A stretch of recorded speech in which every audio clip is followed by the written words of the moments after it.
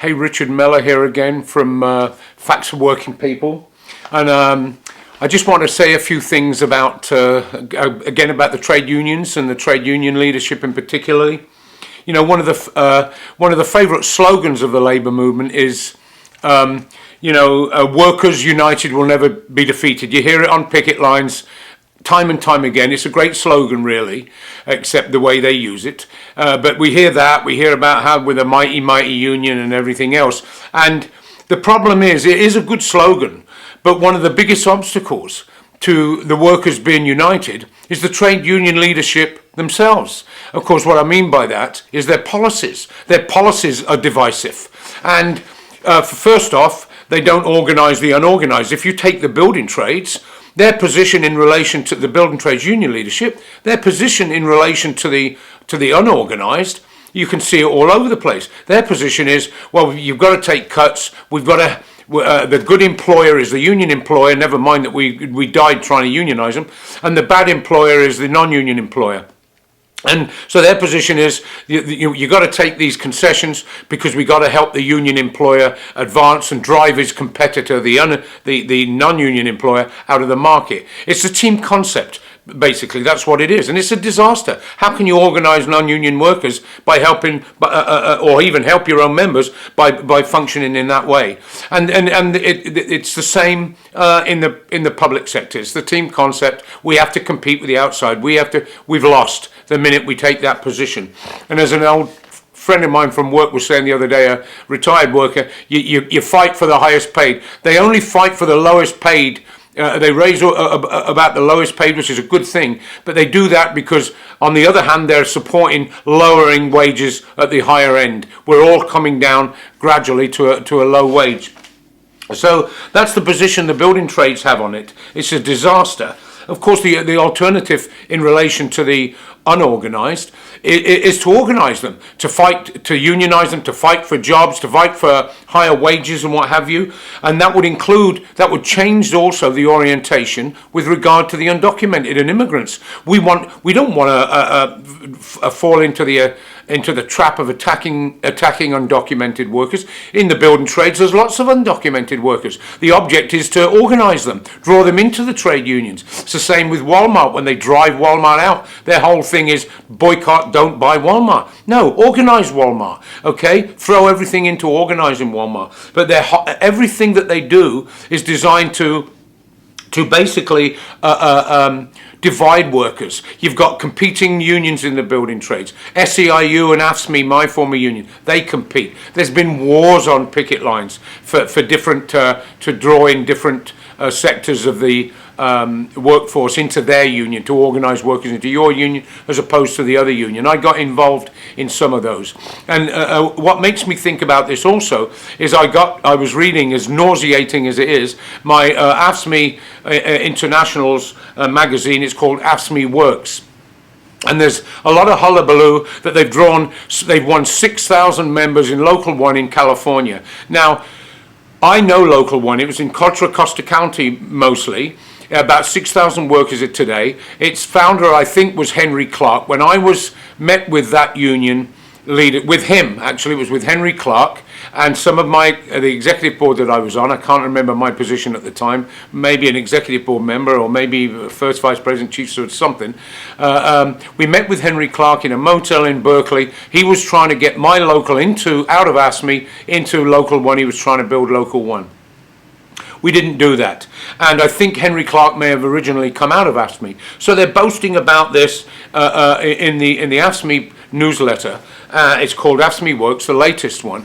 And they've won these 6,000 members, but they didn't organise those members. They were already in an organisation. And in fact, most of the work is done already when they bring these people in. The leadership of an international meets with the leadership of another international, or the leadership of an international or a national union with the leaders of a local or a small local to get them in, and the leaderships negotiate and they get them in there. So they don't do any organising. It saves them a lot of work.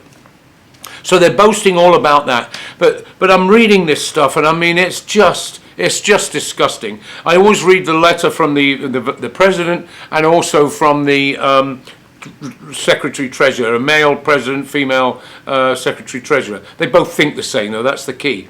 And he's talking about, which I've read about this ever since Reagan and everything else, it's the most complicated, the rockiest political landscape since I've been AFSMIT's history, 85 years, and all of this. I mean, I've heard that thousands of times, hundreds of times. So he's talking about Trump. He was elected on a promise to champion the interests of working people, but his actions so far suggest different. Didn't you know that? This is Sanders. This is Lee Saunders, president of AFSMI. So they go on, he goes in, he talks about Missouri and Mississippi. This is the letter to the membership, the statement to the membership, and how we've now got 28 right-to-work states. And so they go on and on. You hear this thing all the time. I mean, look, if you've ever seen the movie Being There, if you haven't seen the movie Being There with Peter Sellers, I think it was his last movie. This sounds like Being There when I read this stuff. Under his picture it says, "Never quit means no matter what, even in the face of adversity and strong headwinds." The guy, Sellers in Being There, played this gardener who talked about politics like it was gardening. And so there's strong headwinds, there's adversity, and this, that, and the other. We must never quit. And so he talks about that. And of course, I'm trying to find out what we must not quit doing. Well, we mustn't quit, he says. We need to put pressure on our elected representatives, pushing back against policy proposals that undermine retirees and working people. And he goes on then to talk. That means to get Democrats elected again. He's still hanging onto that death rope, the Democratic Party. They call them the Friends of Labour. They're actually the friends of the Labour leadership. They're not friends of the members, and nor are these people actually. Nor are the leaders of the Labour movement. They're not friends of workers in them that pay the dues, and they're not friends of workers outside of the trade unions, which is most of us. And then he goes on about that 6,600. They just won the 6,600 from local ones. So they got another organisation that was already formed. They got it into the union. So he's going on about changing the way we communicate. This is a big thing. They're going digital. I wrote about this a little while ago on the blog. They're going digital. That's exciting. We can deliver more personalized and relevant content to each member. And so that's what he's talking about there. He says in our health clinics and our prisons, in fact, they represent a lot of prisons. And our roads and our college campuses. They're talking to these people. Well, they need to fight for another job rather than prisons. Prisons, there needs to be a lot less prisoners. He should be talking about that in here. It's a piece of garbage, really. It's this, you know. Then the secretary treasurer. She's a secretary treasurer. She has the women's section, and she's talking about women earns last fall a woman earned 65 million votes in a race. Yeah, a woman did, but what woman? Okay, that's the friend of her, Hillary Clinton, a party that is anti-worker and a woman that's anti-worker. She earned 65 million votes. We must continue to speak out for change, she says. It's all being there, and then she dares to do this. She talks about Mother Jones and Frances Perkins. Perkins I don't know much about. She was Secretary of Labour, I think, under Roosevelt. But they love Roosevelt. They love the liberal section of the bourgeois, the left wing of the Democratic Party, and all of that. So. Well, actually, not just the left wing. Hillary Clinton is the right wing. But so she mentions those two, and Mother Jones, of course, was a great character. Then she says. Perkins was the first woman to serve as cabinet secretary, emerged alongside influential Labour leaders like Samuel Gompers and Eugene Debs. Jesus Christ, Eugene Debs and Samuel Gompers in the same sentence, and to not clarify the difference between those two people. Eugene Debs was a great American Labour leader, socialist, political activist. He was a true revolutionary. I think Lenin even once complimented him on that, or one of the leaders of the Russian Revolution commented about him being just a genuine revolutionary. She goes on about the playing field isn't level yet. And here's more of this stuff. More recently, ASME launched the Women's Leadership Academy, an 8-month program that recruits and prepares women for prominent roles in the union. What they mean is prominent roles in the bureaucracy. You know, when I was active in the union at work, I never went to any of the training programs that the bureaucracy had. And if you don't have a good... If you don't have strong class consciousness, if you don't know which side, if you're not prepared to take sides in a serious way, all those trainings are just details. It's how to file a grievance. It's how to organise people into the union, but they can't even do that really now. They're, like I say, they're organising ready-made groupings. That's why they went after CNA some years ago. So they're teaching them for prominent roles in the union. If you don't have a good class hatred, it's a waste of time. And then they use this horrible other term, by empowering hard-working AFSCME sisters, the Women's Leadership Academy bolsters our entire union. The power of women's voices strengthening our union. That's how bold change happens. Nowhere is it mentioned about how we fight, what we must do, where we've gone wrong. It's like a friend was saying that, and I looked it up. That phrase, whistling past the graveyard, you know, that means it's an idiom that means, you know, you're really in deep doo-doo, but you're whistling in a confident way to convince people that you're okay. And that's what this is. It couldn't inspire. It's a joke. It's why most people don't read it, most workers. And then there's even another article. This guy, somebody else writing in the AFSCME paper, talking about the right to work laws and how the Trump administration is filled with people like a fast food CEO who wanted to replace his workers with robots. Firstly, it's not such a bad idea to replace your workers with robots as long as robots and technology is used to give us more leisure time, more time to participate in self-government, more time to participate in organising in the workplace. So robots in and of themselves, technology in and of itself is not a bad thing. He goes on about, and he talks about this guy in the chair of the ASME Retiree Council. I was thinking of joining that, but I just don't have the time. Then they use these business terms. Our first and most important goal must to organise to strengthen and grow our union. It's a business term. They read the business press. To grow our union. Get more members, get more dues money. They see the unions as employment agencies with themselves as CEOs. And that's why they're so enthralled that they've got 6,000 members in here without having to do any organising, no fighting the bosses or anything else. Well, she talks about Local 1. We're stronger when we stand together. Well, that's true. We're stronger than when we stand together. But firstly, their policies are divisive.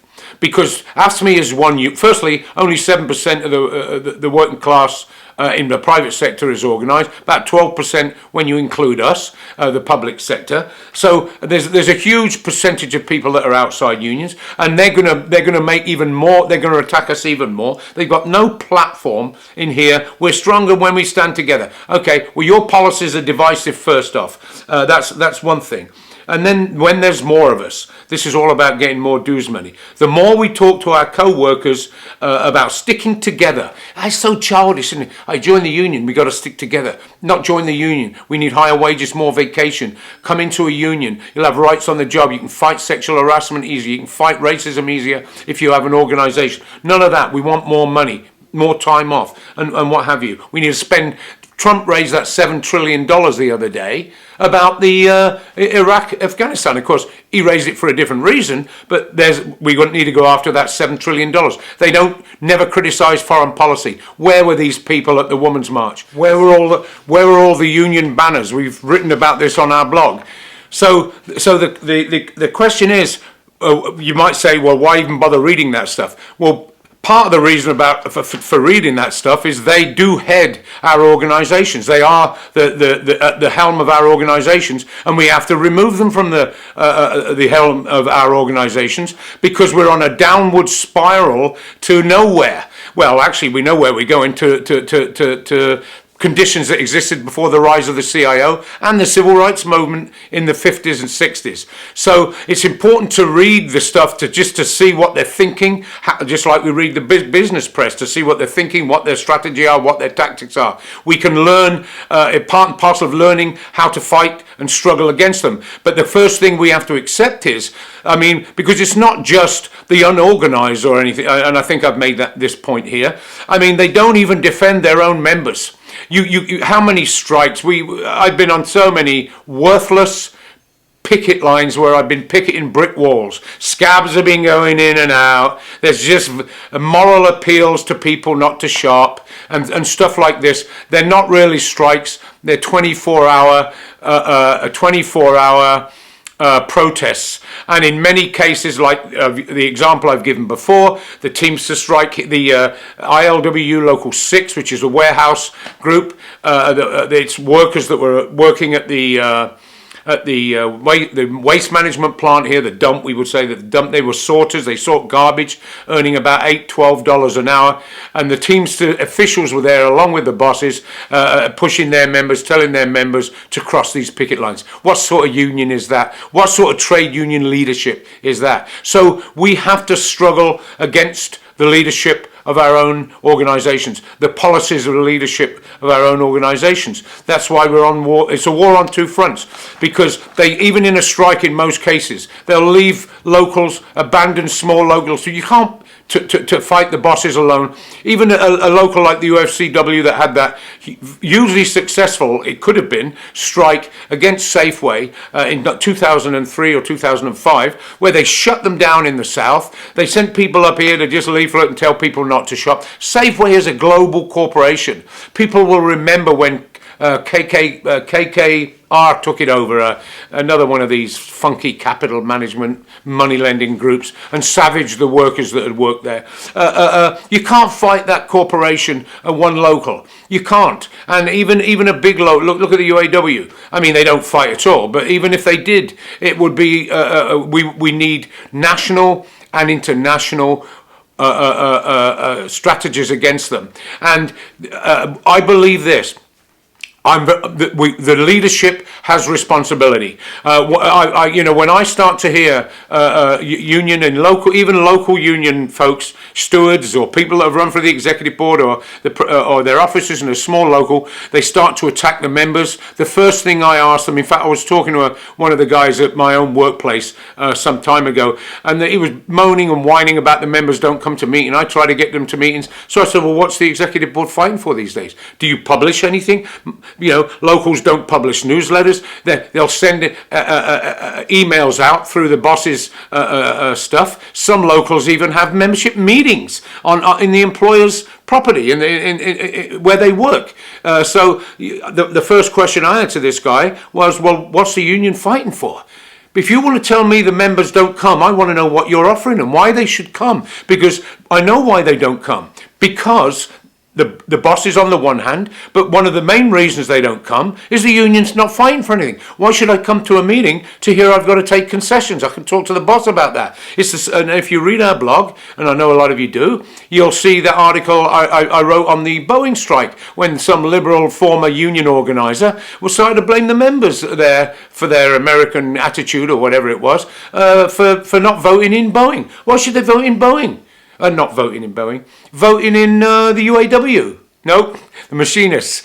You can see I don't take notes. Why would they vote in the machinists? They're going to now pay union dues. They look around. The machinists did nothing but couldn't stop the Union International attacked the local up in Seattle that tried to fight back. They look around everywhere. We're defeated, not because we're weak, but because the union officials start with concessions. They don't work under the concessionary contracts that they force on their members. So why did the Boeing guys looked and they said, oh, well, we're getting $21 an hour, it's South Carolina, blah, blah, blah. Well, hell with it, pay dues and then just have the same concessionary life. So so the thing about, if you're you can't whenever somebody starts to moan about their members, it's the first thing I ask. What are you, a leader or an official, what are you fighting for? Don't blame them unless you put something on the table, unless they can see you're fighting, then and then they don't come, then we can talk about that. But inevitably, if there's a fighting leadership,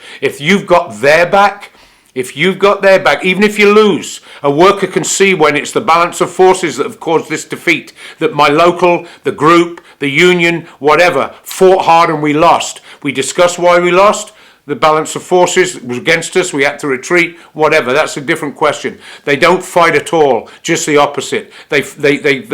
When the rank and file, it's like talking to the boss. And if you can't protect a worker in the workplace on the job, they're not going to come to a damn union meeting. And unfortunately, that's too often where they've got no presence on the job. They think that they can come digital and everything else. Oh, it's wonderful. We're in the digital world. Well, the world isn't Facebook on the job. It's threats, coercion, no, won't get this promotion, bullying, sexual harassment, racism, all of these things. They're serious things. And workers are serious people. They think it's different when you're at a university. You can wander around occupying things. I give those young people their credit and their bravery and everything else. But workers are serious people. They know what it means to take on the employer and the state and all of this, and they don't do it lightly. And so the leadership is absolutely crucial. So I cut off here, so I've got to put these two pieces together. I'm going to try and do a job of it. It's not my best. It's not the best skill I have. But anyway, I hope I just couldn't write about it today because I'm in medical conditions. Just a hand, actually, is what it is. But anyway, so it's Richard Mellor with Facts for Working People, and I want to remind people we've got a donate button. If you can donate us a little bit of money, we promote stuff on Facebook so that we get more and more people read our blog. We have a think tank. We're beginning a small think tank that's beginning to really take shape. We have our discussions on every weekend normally. We want to include people. If you think you'd like to join our come on our conference calls, let us know. Contact us through the email on the side of the blog there. We'll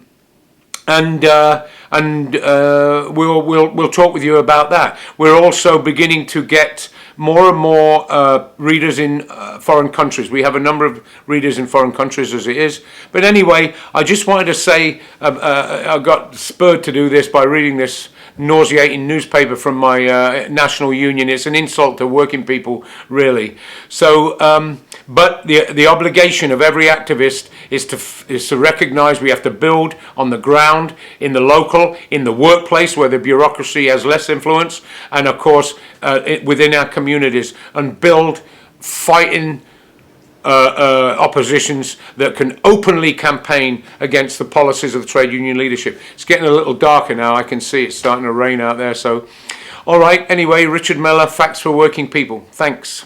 Till next time.